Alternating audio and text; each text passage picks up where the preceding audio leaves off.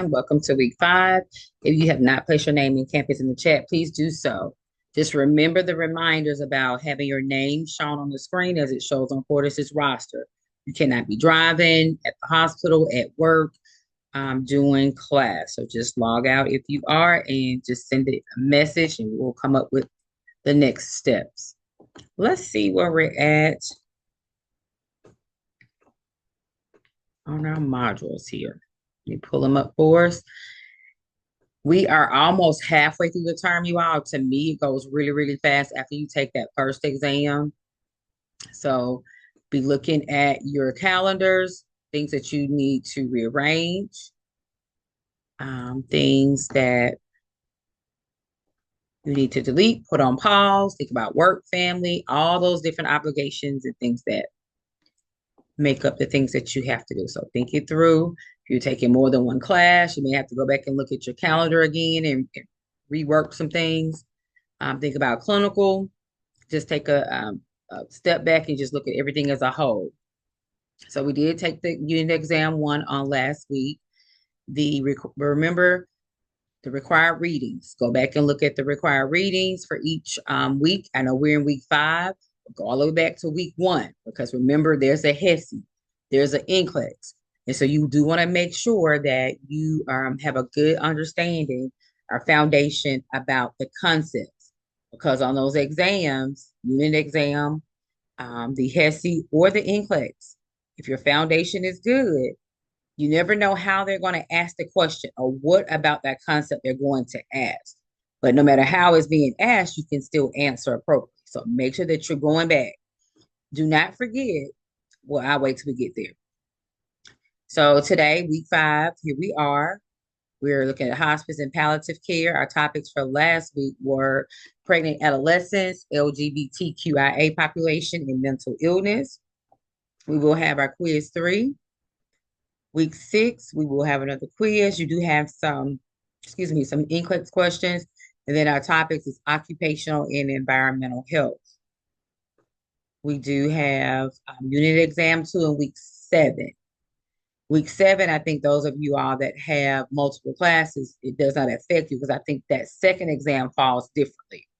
But remember, when you get to week number 10, if you have more than one class, several exams will be doing this week, if not the same day. So just be thinking about what that's going to look like for you, taking consideration, having a proctor on campus, things like that. Remember that 72-hour prior notice. Just be thinking it through. Because many times that first exam and that third exam, if you're taking more than one class, they will fall on doing that same week. Week 11, as I mentioned, week 1. Week 11, we don't meet for any of your classes for class time, but you do take your HESIs during week 11. Sometimes your HESIs are not on the day, and for us that meet at night, HESIs are not, they're not traditionally given during this time of day. So your week 11 is going to look different. So be thinking about that as soon as the campuses, and they're individual by campuses. As soon as they release that information, look at the schedule, look at what they're asking you to do, and then have a conversation if that's a conflict for you. Not sure what the solution would be, but that's individualized by campus. So just be thinking it through. And then, and so for HESI, your week 11, taking that exam does count as your attendance for that week.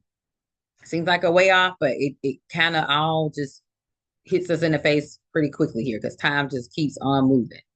So, and then what I wanted to bring to your attention again was the HESI prep assignment. It's not due to week 9. This title is true. It preps you for the HESI. It's all the topics. Remember, you had med-surg. Remember, this is community. So we are in the community taking care of the patients that were seen at the urgent care center, that were in the hospital, that just gave birth, had the hip surgery. They went to rehab because they've had a new stroke, and then now they're being discharged back into the community. So this assignment covers everything from A to Z. But one, you cannot complete the assignment during week 9. It's an exhaustive assignment. Be looking at those different concepts. You want to answer the concept by being guided by the APR, the assessment, Look through, and then if it doesn't apply for that concept, then okay, that's fine. But use that, because if you use API to address each of the concepts, you will not forget any of that information. You will have thought about it, and then no matter how it is presented to you on the HESI or the NCLEX, you will be able to answer it. So, and it says all this in this assignment here. So for each one of these, just think it through. And anthrax. You know, what is it that if someone has been exposed to anthrax, what are those signs and symptoms? What do we need to be thinking about as far as taking care of someone like that? What are there any precautions? What evaluations do we need to do? So as you complete the assignment, please use a nursing process, APHI guidelines when addressing and completing each topic. Some of them, you know, one of these letters might not apply, but like I said, if you use it as your guide, you are good no matter what the topic is and how the question is being asked on the HESI or the NCLEX. And that's just a good tool or way or tip to study for any of your classes. Use that nursing process because it helps you to eliminate, it helps you to identify things that are priority, and then help you to select all that apply. All right, so let's go back here to have a little activity for us. So can I send it to you all real quick here? Spend a little time.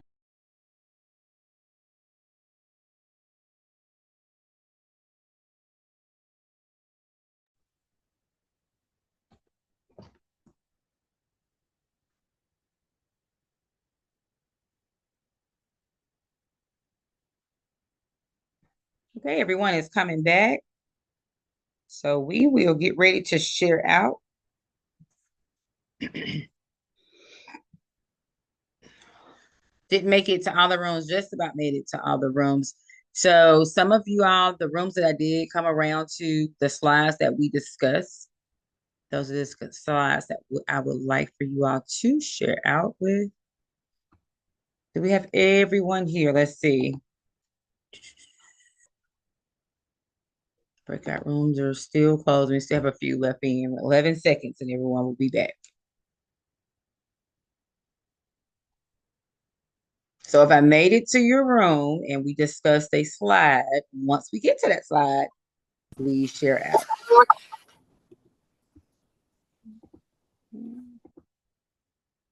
All right, I think everyone is back now. All right, so let's go here. Let's look at our information.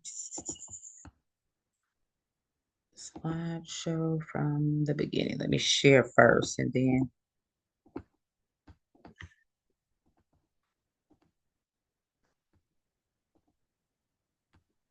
Okay.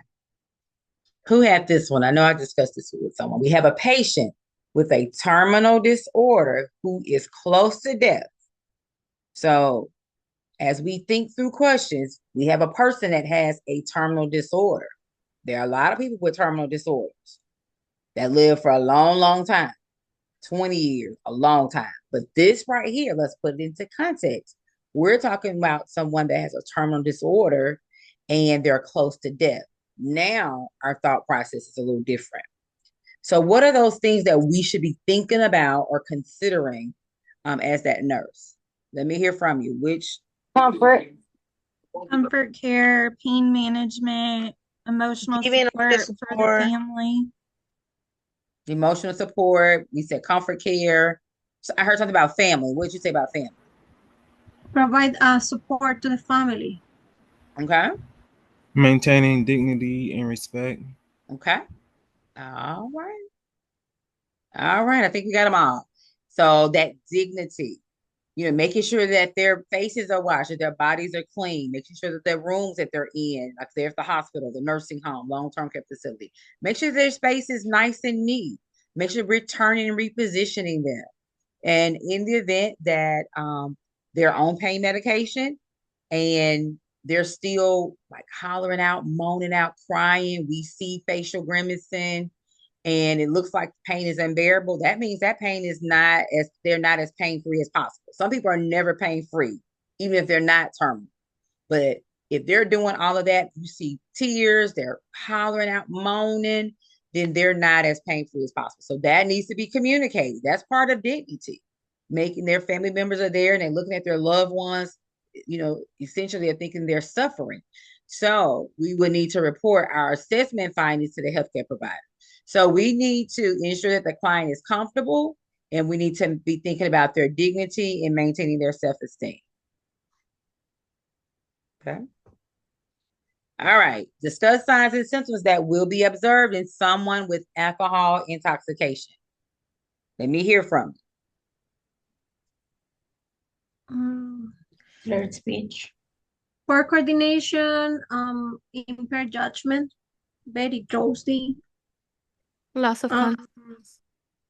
What was that, Diaz? Loss of consciousness. Loss of consciousness. Yes. Slurred speech. That cognition is going to change. Exactly. Good, good. So the signs and symptoms of alcohol intoxication, make it smaller here, result in alterations in that person's consciousness. Now, we're not just talking about someone that's drinking alcohol, but this says they're intoxicated. Their cognition, they may be alert, but their orientation might be times one. They may only know who they are. They may not be aware of their surroundings. They may not even be aware of their safety. Their perception is more than likely going to be off. Their judgment. They may even lose consciousness. Might even lose consciousness. And so, of course, we do know that these things may vary from people to people. We may not see all of these signs and symptoms in everyone, but these are some signs and symptoms that we most likely will see. That person's consciousness, their cognition is going to change, their orientation is going to change, their perception. So we want to, make sure that they're safe, that we're safe, making sure that we're explaining things before we actually go do things for our patients. Provide that reality reorientation, because their cognition may be off. They may even have it where they may have trouble breathing, and then they may lose consciousness altogether, and we might have to actually code them. So it can go either way. There's all different degrees of this alcohol intoxication and the symptoms that we will see.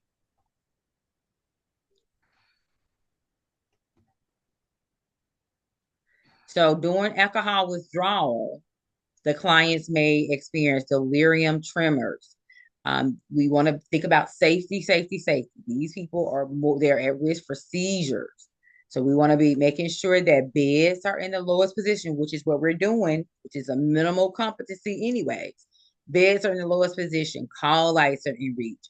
But to take it a step further, we know that they're going through withdrawals. They may even have padding for those side rails. We want to make sure that our IV accesses are ensured, that they're, maintained, that they stay intact. So a lot of times, if the person isn't getting fluids continuously, you may see those IVs hip lock, because if they're going through withdrawals and they're having delirium, they may be pulling at things and thinking things are crawling on them, and they're at an increased risk for pulling out the IVs. So if they're not getting continuous fluids, a lot of times we will hip lock those IVs, so they won't have all those those lines and everything in the way. Oxygen needs to be at the patient's bedside, because we just never know if they start seizing and they seize after so long, that person may stop breathing. In addition, we want to monitor vital signs. So monitor their vital signs. So what if you were to give me 3 things from this slide, what would you say about alcohol withdrawal? What do we need to think about or consider for safety? Oxygen. Okay. Vital signs. Got it. Balance for safety. Okay. Anything else?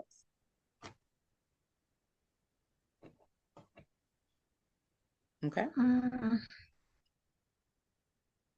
That's it. But I didn't know someone just wanted to say it and they were going to word it a different way. But yeah, that's it. Safety. We want to make sure that oxygen is at that bedside. Vital signs. We have to monitor those vital signs. Keeping this client safe. Okay. Binge eating. Tell me about it. I don't think I made it around and discussed this with anyone, but go ahead. What is binge eating? Eating too much. A problem with eating a lot, uncontrolled. control what you eat. Mm-hmm. Okay. Obesity, depression, it can be part of it. Go ahead. Go ahead. I'm listening. We're listening. Um, it can be linked with emotional problems, distress, guilt, Mm-hmm. shame, or of something that it happened on your life or through your life, I guess. Yes, because you used and this could be any of us. Because if you think about it, we're studying for the exam, we're prepping for something, and what do we find ourselves doing? Eating, eating, eating. But this right here is a little bit more than that. But we have to watch that in times of being nervous or we're crunched for time. We just it's just so easy just for reach for those something to eat, so we're getting those extra calories.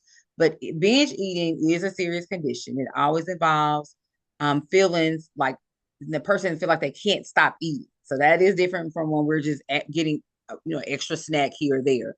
Um, and so that the interventions are going to be around having that person to take ownership and try to come up with some type of schedule so that they can, control the amount of food that they are eating. But it is that, eating those excessive amounts. So people with binge eating disorders may also have mental health problems because, like I said, it's just not getting that extra snack. We're crunched, we're studying for this exam, we're reaching for our bag of whatever, we're drinking those extra sodas or extra juices. This is beyond that. This is like times 1,000. And so usually what we're seeing now is people that can't, stop when they're eating that much of food, that there's also something else going on. And that something else is they may have some other mental health problems, such as depression or anxiety, or they may even be suicidal, have suicidal thoughts. And that eating that food excessive like that helps them control or think through whatever it is that they are experiencing. But the key point is that they may also have mental health problems such as depression or anxiety or suicidal thoughts. They may even have a family history of binge eating. And then the connection there is they may also have a family history of depression and anxiety, also other mental health problems.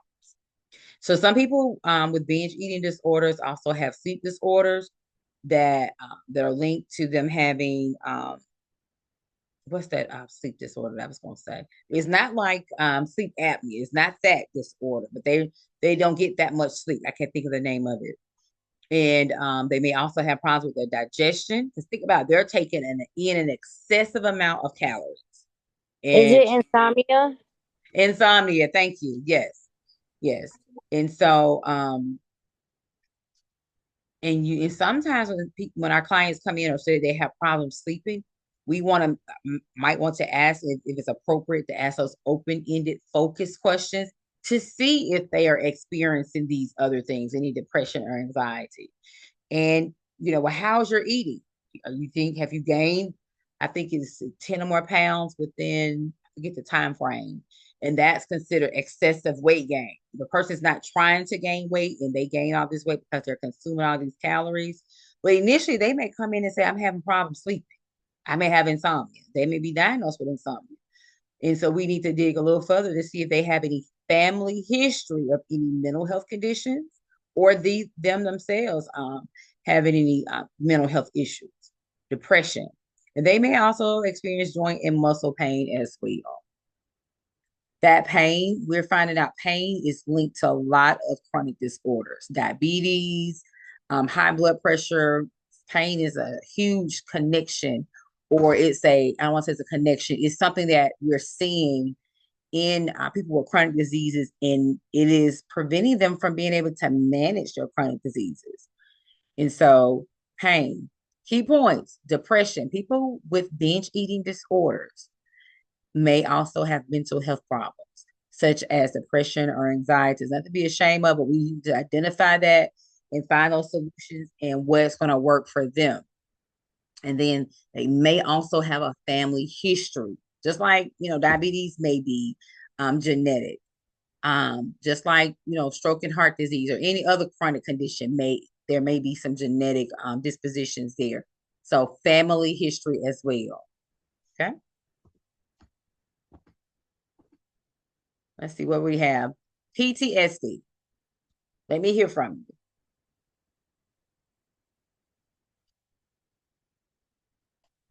What is this? Basically a traumatic event happened. So that person just continues to like get triggers or relive that situation. Okay. So it's something that has happened. And that's something is something, it's not one thing. It's whatever that was traumatic that person experienced. And like you said, that and during that time when they have post-traumatic syndrome, whatever that trigger is, they start to feel intense distress or anxiety. They may have nightmares and flashbacks that are recurring.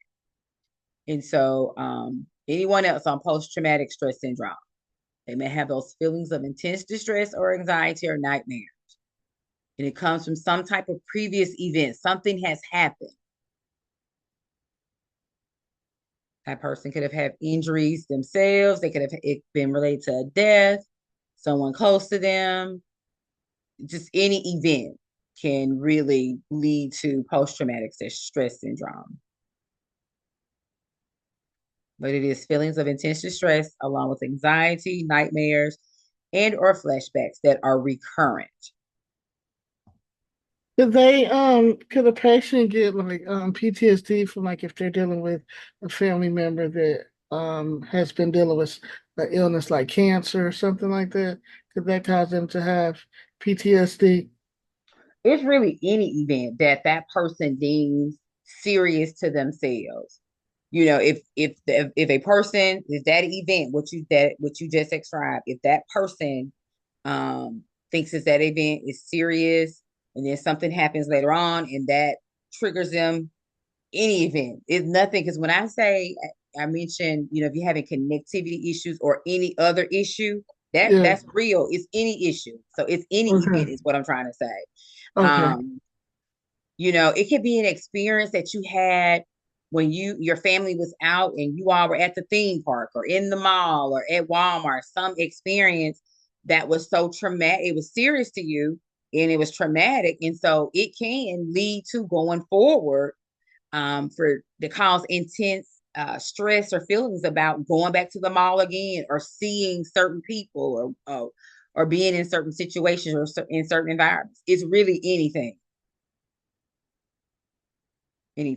Okay. Thank you. You're welcome. And you all were supposed to look at this slide and pull out those main points. So here it is. We talked about alcohol abuse and more so. So you all tell me, what did you all come up? What was important? What were some main points from this slide?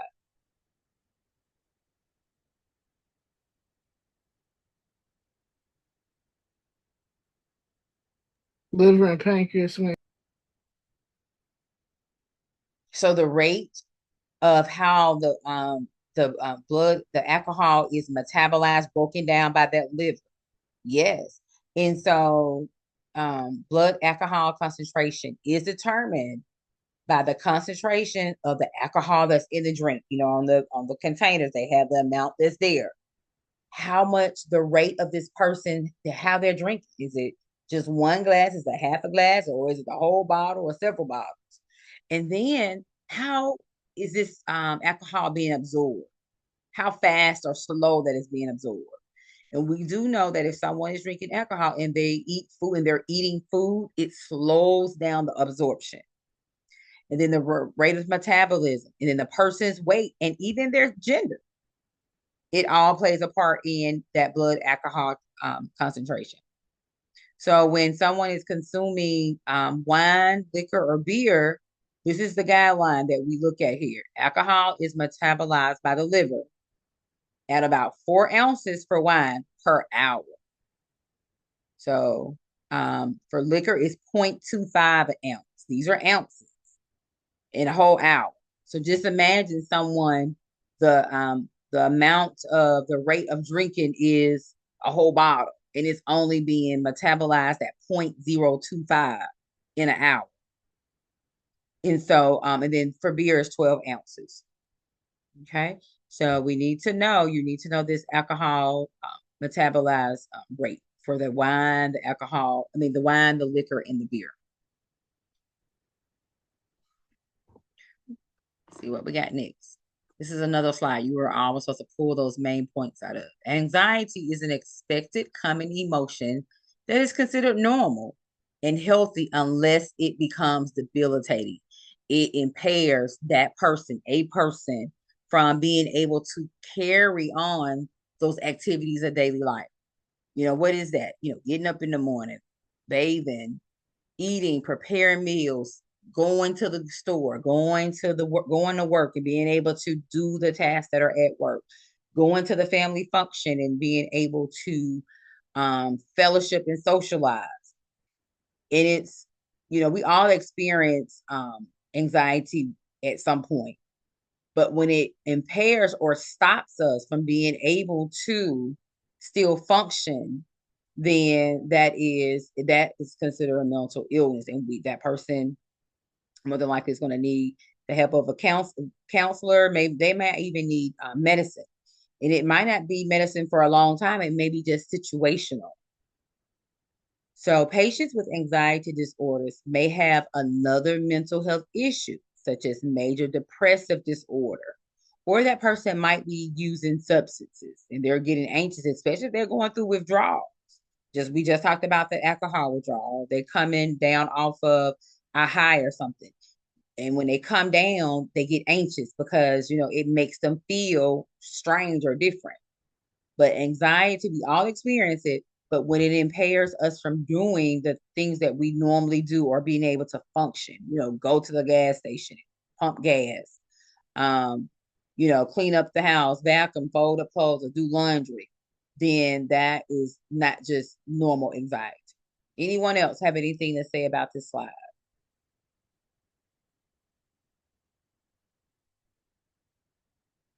Okay. So we talked about this, I think, week 2, about having income and health outcomes. If I don't have the money to pay to subscribe to that health insurance plan, am I going to be going to the doctor to get those preventative exams done? Probably not.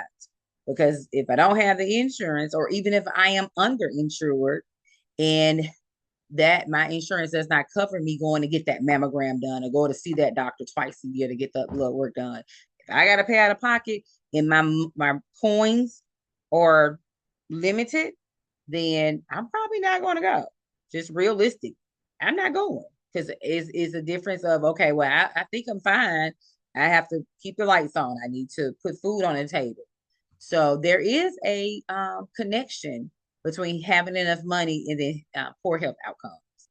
It's not that people don't want to take care of themselves, but if you have to make, decide between eating and just going to see that doctor to draw some blood to tell you to come back, yeah, I'm probably going to pass on going to see the doctor. Poor teens are nearly 3 times more likely to drop out of school. So, than the non-poor counterparts. Is what happens is the children try to help, with paying the light bill and help their family with the expenses. So, and once they get that job, once they turn a certain age, they can work full time. But before you can't work full time as long as you fall up under that. What's the age? I know you can get your work permit, I think at 15. And then I think at 16, you still fall under the child labor law. But at some point, you can work normal hours. And if they're trying to help, the family out, school is just not a priority. We can do that later on. I need to help my family feed us and keep the lights on.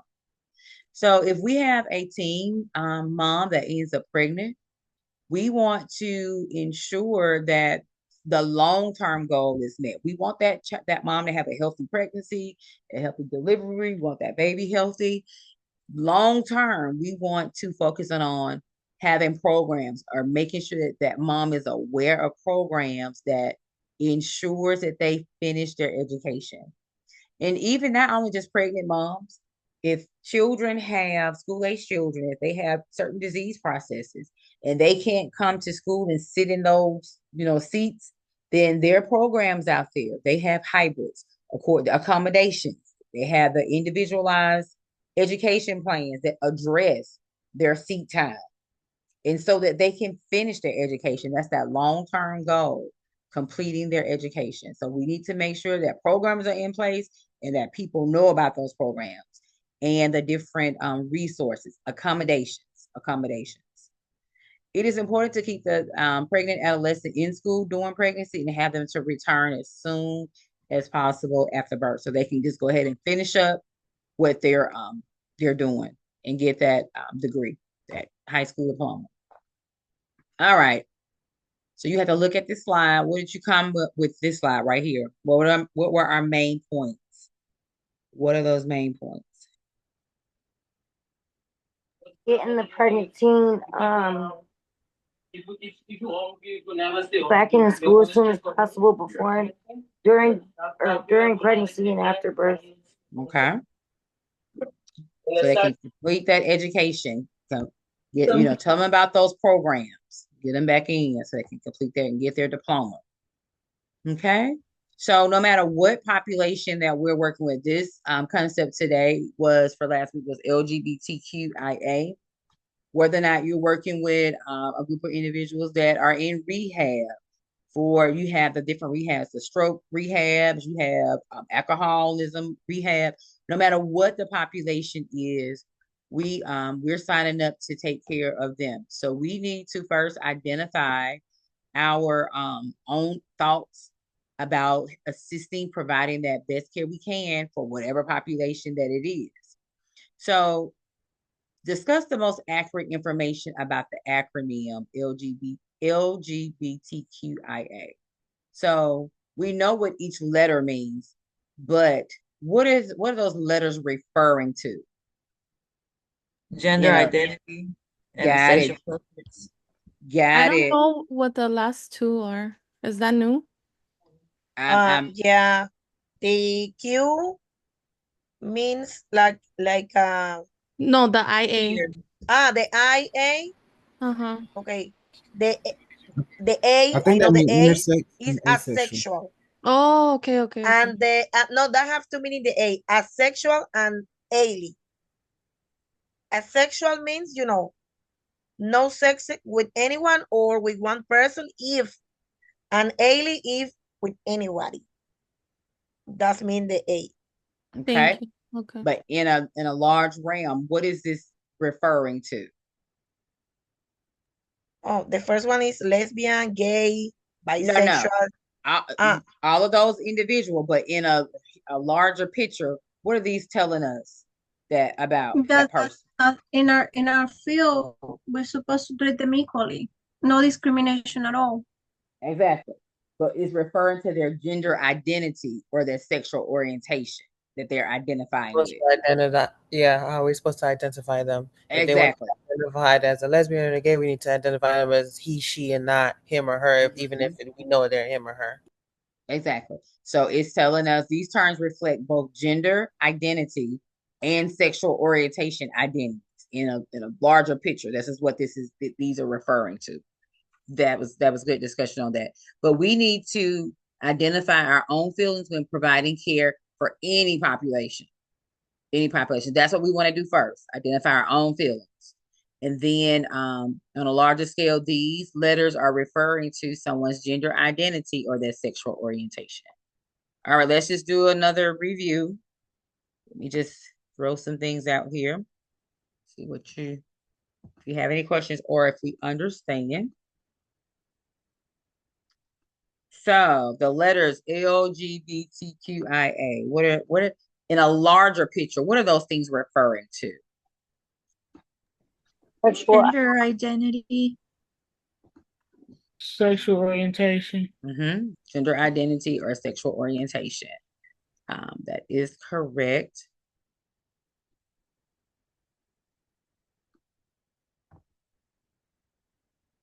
Okay, and so what about post-traumatic stress syndrome? What are some expected findings? If someone has post-traumatic stress syndrome, what's a sign or symptoms, some things that they will be experiencing? anxiety, flashbacks of the event. Okay. Loneliness. Hesitant things. Intense distress, along with anxiety, nightmares, and flashbacks. Got it. So, blood alcohol concentration level. What is, how much can the liver metabolize of whiskey? 4 ounces. 0.25. Okay, so let me go back to that one so you can see.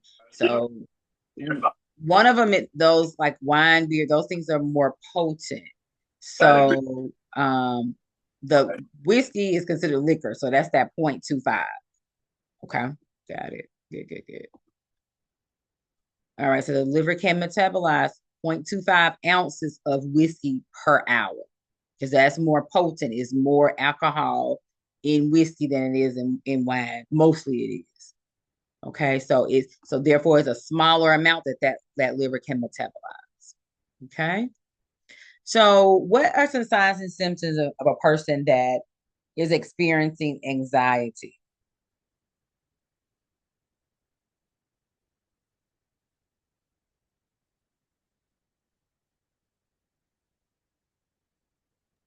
Trouble breathing.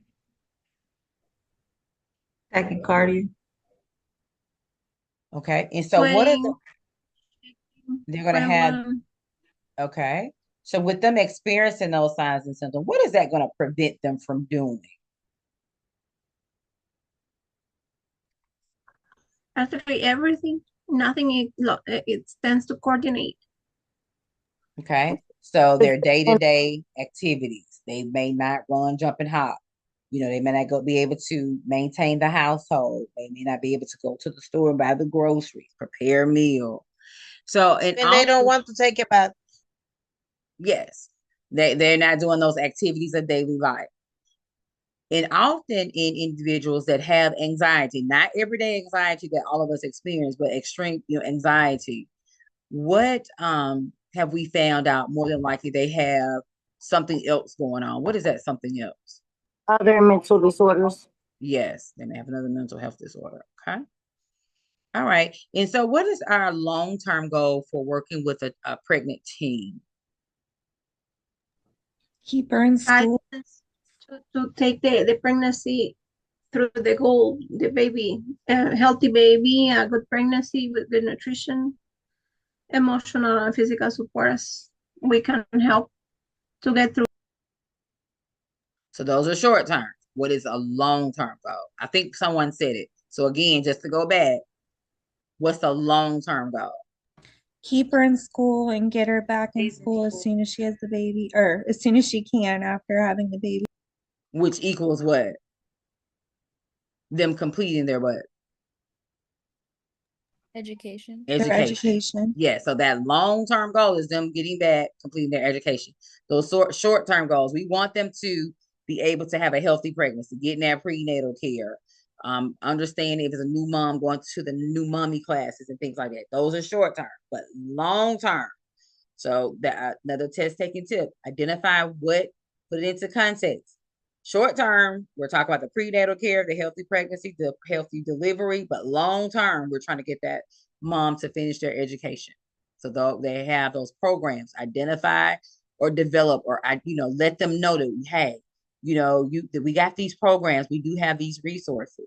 We might have to get accommodation paperwork filled out. We may have to get a individualized education plan, but that's fine. We'll do the paperwork. We want to identify these resources so that child can complete their education. Okay. So, no, you already answered that one. So what do we want to, when we're working with any population of patients, post-stroke, LGBTQIA, homeless shelter, I don't know, different programs. What do we need to do first for ourselves? Ensure safety. Educate ourselves. And then gain an understanding of how we feel working in those different settings. And so I don't know if I mentioned to you all, as you all go through your different clinical settings, identify what are your personal feelings. How do you feel about working in the ER? Working, I know a lot of times you all have to do like the observations in the different settings. It's usually just you there that day.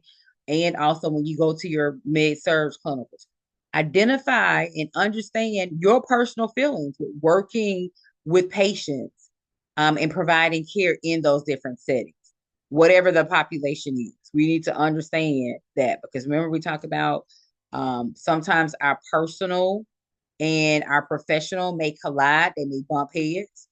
It is lawful per the nurse state practice that we can take care of these patients. We can take care of the LGBTQA. We can take care of post-strokes. We can take care of patients living in the homeless shelter. But our personal feelings, it may bump head. It may tell us otherwise. So understanding how we feel about working with clients of any orientation. So when we are taking care of clients that's going through alcohol and withdrawal, is this true or false? Do we need to maintain their NPO status? To maintain what? Their nothing by mouth status. False. Okay. Do we need to monitor their that is false. Do we need to monitor their vital signs? Yes. True. Do we need to provide a safe environment? Yes. What about addressing hallucinations? Like we want to provide that reality reorientation. Should we? For safety, yes. Yes. Yes, we want to. We want to and know that when someone's going through those withdrawals, you're going to be providing reality reorientation all the time. That's going to be constant, because remember, right now they're going through withdrawals. They're not thinking. Their cognition. They're not alert in orient times 4. They might not even be orient times 0, because right now they're going through those withdrawals. They may be feeling things. They may be seeing things that are not there. So you will be providing that reality reorientation. Okay. So we are talking to a client that has a binge eating disorder. What are some other things like comorbidities? What else might be there that if we start looking through their chart, or as we ask about history, what are some other things that we may identify that client may also have? Insomnia, digestive issues. Joint and muscle pain. Okay. Depression. They may also have other mental health disorders like depression, anxiety. They may have a family history. And they also said that binge eating is also linked to having problems sleeping, digestive problems, and pain. Mental health issues, depression, and pain. They may have a family history of it. Okay. All righty. Are there any questions about anything that we have went over? The client that's terminal and death is close. What do we need to focus on? What's priority at that time? Comfort. Yeah. Okay. Maintaining that client's dignity and ensure that they're as pain-free as possible. Okay. All right. Let's see here. Let me get the quiz set up for us so we can take it. All right. Everyone should be coming back here, and I want to just go over that group project rubric one more time just to make sure we're all on the same page here.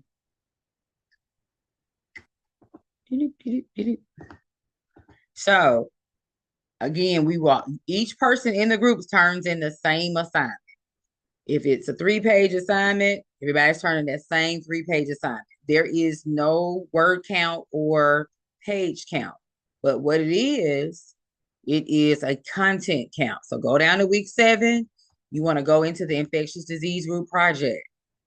Before you turn your paper in, look and see, are you going to get all your points? How do you know? Is there a history of the disease? Is there a cause there? Is there a description there? Who is affected by the disease? How is it transmitted? Make sure that you use this rubric to grade your product before you turn it in, your assignment before you turn it in, to make sure you get all your points. In order to get all your points, you have to have all full marks, address all points, and all the points that they're talking about are right here. So while there's not a word count or a page count, there is a content count. So in order for you to get all 6 points, you have to talk about all of these things. Okay. And then make sure that you're working on that HESI prep assignment, because it is what it is. It's helping you for the pressing, the HESI. I'm getting all mixed up with letters, you all. It is preparing you for the HESI. So make sure that you're going through that using APR. All right, good night. We'll see you next week.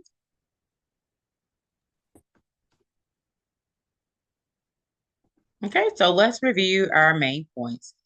Remember that vulnerable populations often have poor health outcomes. Vulnerable populations have higher rates of communicable diseases. And vulnerable populations are exposed to higher levels of crime and violence. So if we have an adolescent mom that is postpartum, they just delivered that baby, the most important point is assessing and seeing what that mother knows about how to take care of that baby, about the normal infant growth and development. Okay, so we're talking about a mom that's just delivered, but we're talking about, which is postpartum.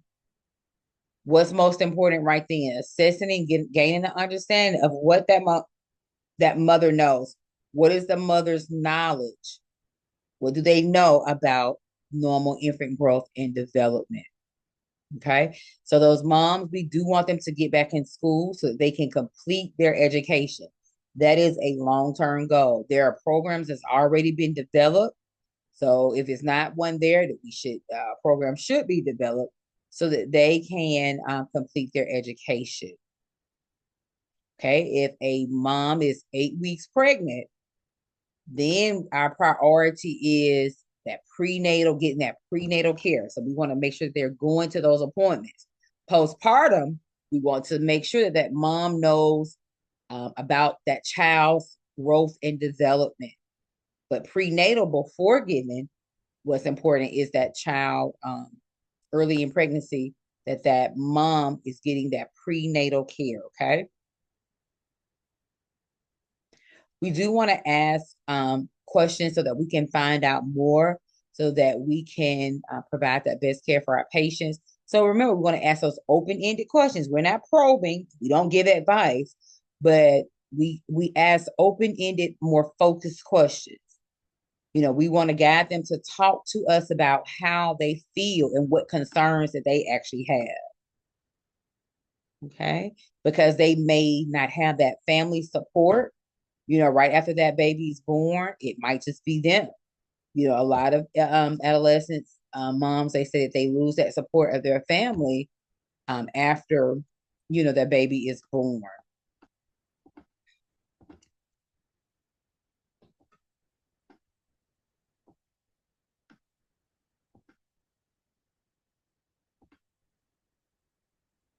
We need to, as a nurse, understand our feelings, our personal feelings, when working with any community, working with any population of clients.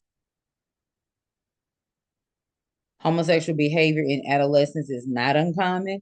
In adolescence, they often desire to explore those alternative lifestyles. Connecting that the LGBTQIA patients with those support groups are appropriate. If they're having mental health needs, connecting them with those support groups. Support groups are good for no matter what population that you're taking care of. Post-stroke breast cancer survivors, but connecting them, that group, with those support groups is essential.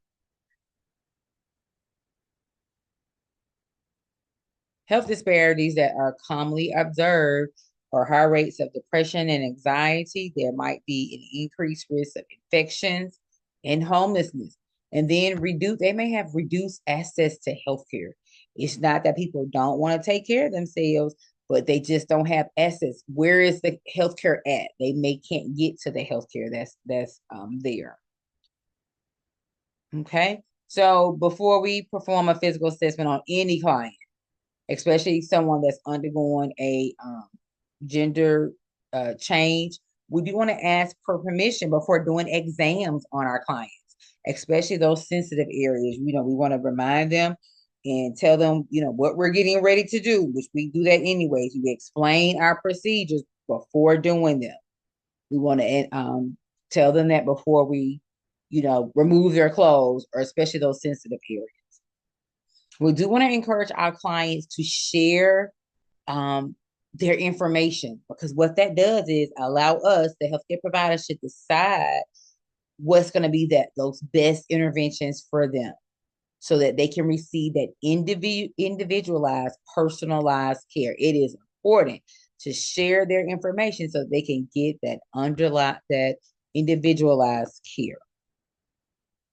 It's not that we're just being in your business, it's so that we can identify resources, so that, if you've already taken certain medications, we need to know, because that might be the medicine the doctor wants to put you on. But if you've already tried it and you have negative outcomes from it, we need to know. So they need to share that information with the healthcare provider so they can get that personalized care. Mood stabilizers such as lithium is often prescribed for patients that have bipolar. We do want to encourage our clients to take the medication as prescribed. We want to encourage them to do that. Have a normal salt intake. Don't overdo it on the salt. And they need to report any diarrhea, vomiting, any lack of coordination. Those are signs and symptoms that, they need to be reported. We can always complete a nutritional assessment on our clients if we think that, if the signs and symptoms suggest that they might not be getting the nutrients that they need. Completing that nutritional assessment will help you to identify whether or not they actually are getting those nutrients that they're getting. So completing that nutritional assessment is going to be key. Okay. So Buspar is another medication that is given for paranoid thoughts. If someone is going through drug or alcohol withdrawal, and also schizophrenia, they usually prescribe Buspar. But Buspar is not recommended. Make sure that I said that correctly. Buspar is not recommended for treatment of those disorders. Okay, Buspar is mostly indicated for anxiety. And so we do want the patient to report if there is not a decrease in that anxiety, because it's given for anxiety. So we should see that client having less episodes of anxiousness, that they shouldn't be having those increased heart rates, because usually people that experience anxiety are anxious, and their heart rates goes up. But that buspirone is most often given. And how can we tell it's working? Well, if it's given for anxiety, we should see less of that, right? Okay. Appropriate interventions that we talked about earlier. Someone that's going through alcohol withdrawal, we want to keep that environment safe. We want to provide that reality reorientation, because these clients are, they could be hallucinating, they could be delusional. So we want to provide that reality orientation as much as possible. Address those hallucinations. Just don't let that client be thinking that bugs and things are, and they're hearing things. We need to address that. We want to keep that environment safe, and we should more than likely be checking those vital signs. It's going to be a routine thing that we're going to be doing. We're going to check those vital signs. Okay.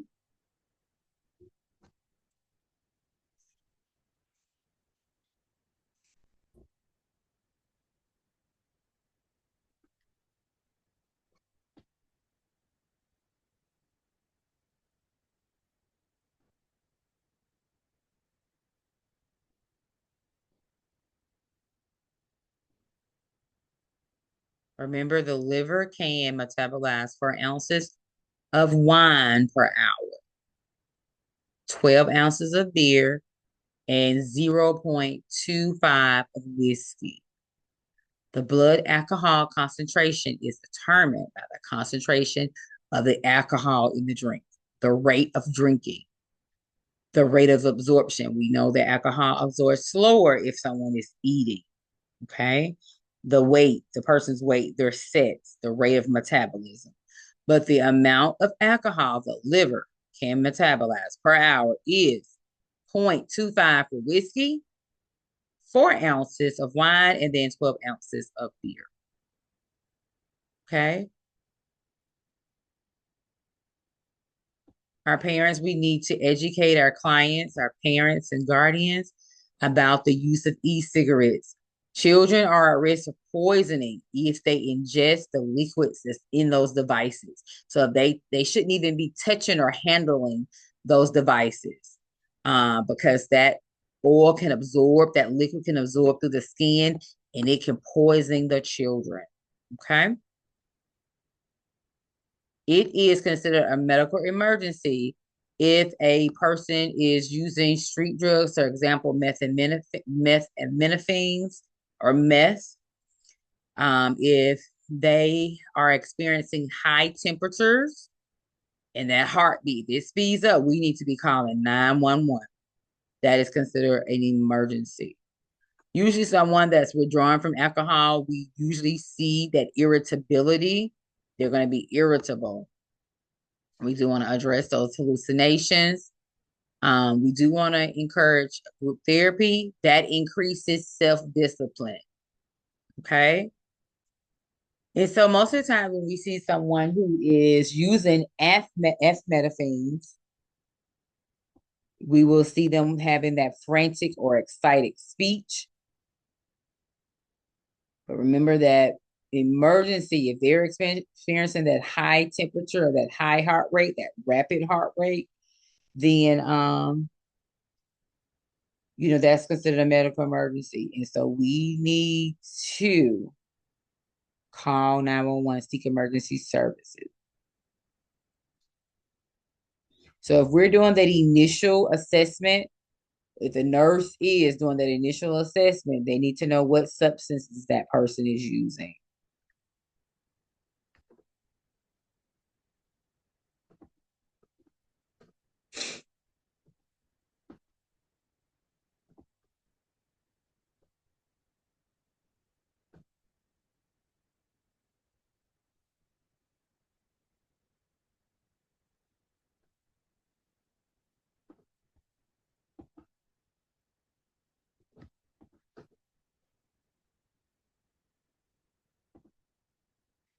Happy learning.